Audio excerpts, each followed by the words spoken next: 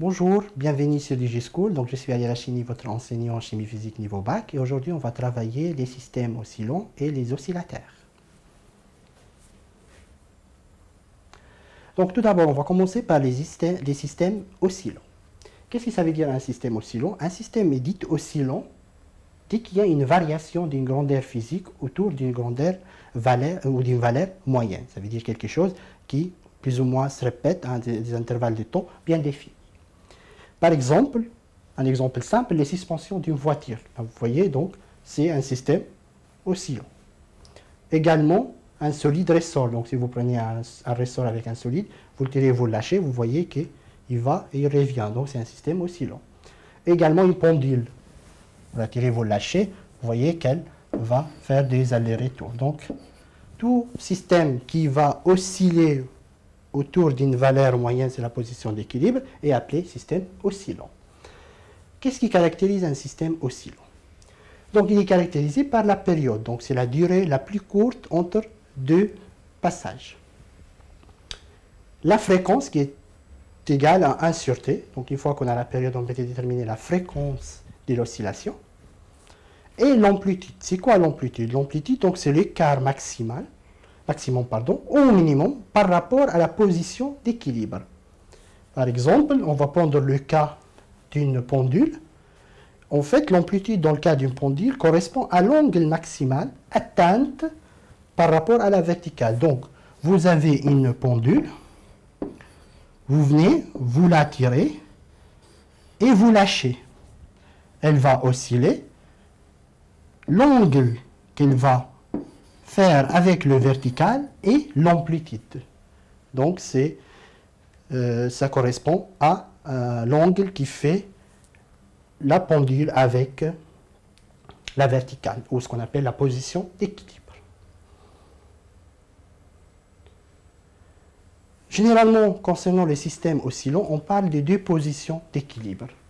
Donc, on a la position stable, dont cette position est définie, est dite stable si le système tend à revenir à sa position d'équilibre.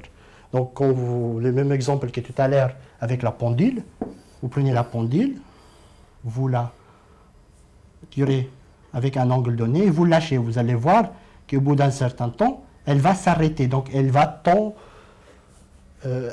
toujours à revenir à sa position d'équilibre. On a des systèmes instables où le système ne revient pas à sa position d'équilibre. Donc, vous faites une certaine déformation sur un système, mais il ne revient jamais comme il était au départ. Donc, dans ces cas-là, c'est un équilibre instable. Les différents types d'oscillateurs. Donc, maintenant, on va parler du type d'oscillateur. On peut tout d'abord distinguer deux grandes catégories. On a l'oscillateur libre non amorti.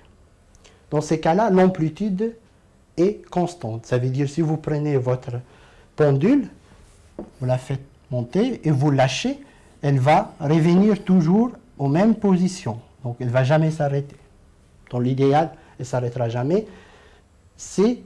Dans ces cas-là, on dit que l'oscillateur libre et non amorti. Bon, on sait qu'en réalité, elle va s'arrêter à cause des forces de frottement. Mais ça, on discutera dans une autre vidéo. On a l'oscillateur libre amorti. Dans ces cas-là, l'amplitude va décroître. À chaque moment, va descendre un P, et à la fin, elle va s'arrêter. Dans ces cas-là, l'amplitude décroît en fonction du temps.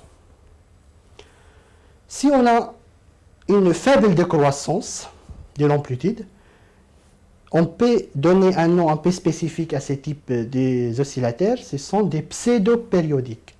Donc, si l'amplitude est faible, ça veut dire elle diminue tout doucement, jusqu'à un moment donné, elle va s'arrêter. On appelle des pseudo-périodiques. Par contre, si la décroissance est rapide et forte, dans ces cas-là, l'oscillateur est dit apériodique. Il n'y a pas de périodicité, il va s'arrêter d'un seul coup.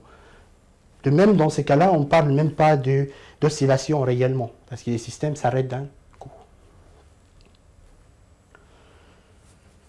Voilà, donc vous avez vu le cours d'aujourd'hui concernant les oscillateurs et les systèmes oscillants. Je vous invite à bien regarder les autres vidéos concernant le ressort et également tous les systèmes oscillateurs. Et je vous dis à bientôt sur DigiSchool.